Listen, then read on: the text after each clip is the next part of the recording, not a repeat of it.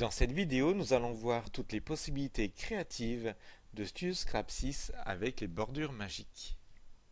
Nous allons d'abord, par exemple, placer une texture en fond.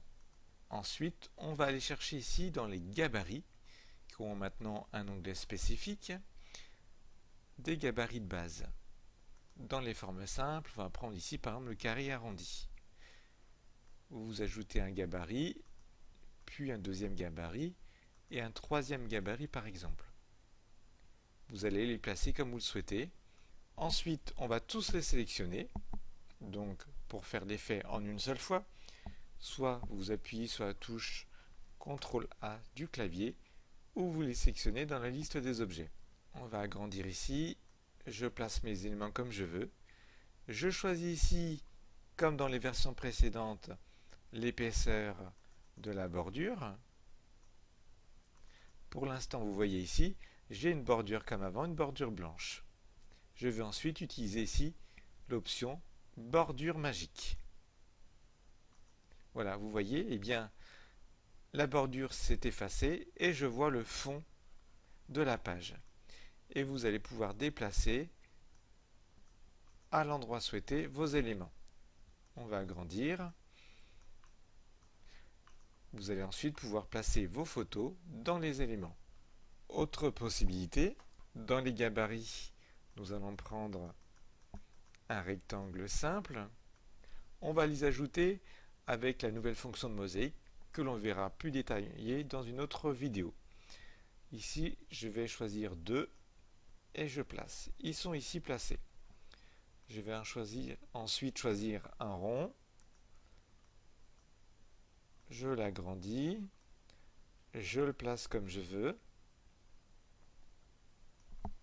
je sélectionne tout avec les touches CTRL A, et là, l'option bordure. On va mettre 15 et je clique sur bordure magique. Et bien voilà, la bordure s'est effacée, je vois le fond.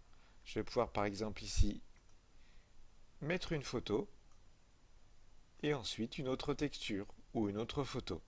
Vous voyez déjà toutes les possibilités créatives que vous allez pouvoir avoir avec ces fonctions de bordure magique. Je peux retourner dans Gabarit et je peux chercher un autre gabarit, par exemple celui-ci. Je l'ajoute, je vais l'agrandir. Pour bien le placer au-dessus de l'autre gabarit, je sélectionne l'autre élément, ce gabarit, et j'utilise ici la fonction superposer les centres. Ensuite, bordure magique aussi, dans cet élément ici, je place ma texture bleue. J'ai donc ainsi ajouté un rond, j'ai mis un autre cercle vidé pour effacer une partie de la photo, et j'ai placé ici 2 gabarits qui ont été aussi en partie effacés. J'ai ainsi une belle création. Je vais prendre ici un gabarit carré, tout simple. Je l'agrandis et je vais chercher un autre gabarit qui pourrait m'intéresser. Je prends ici cette arabesque. Elle est ici. Je l'agrandis. Je vais mettre une photo. Dans le gabarit, je vais mettre une texture. Je sélectionne les 2 éléments. Et là aussi, je vais utiliser les bordures. Et je coche bordure magique.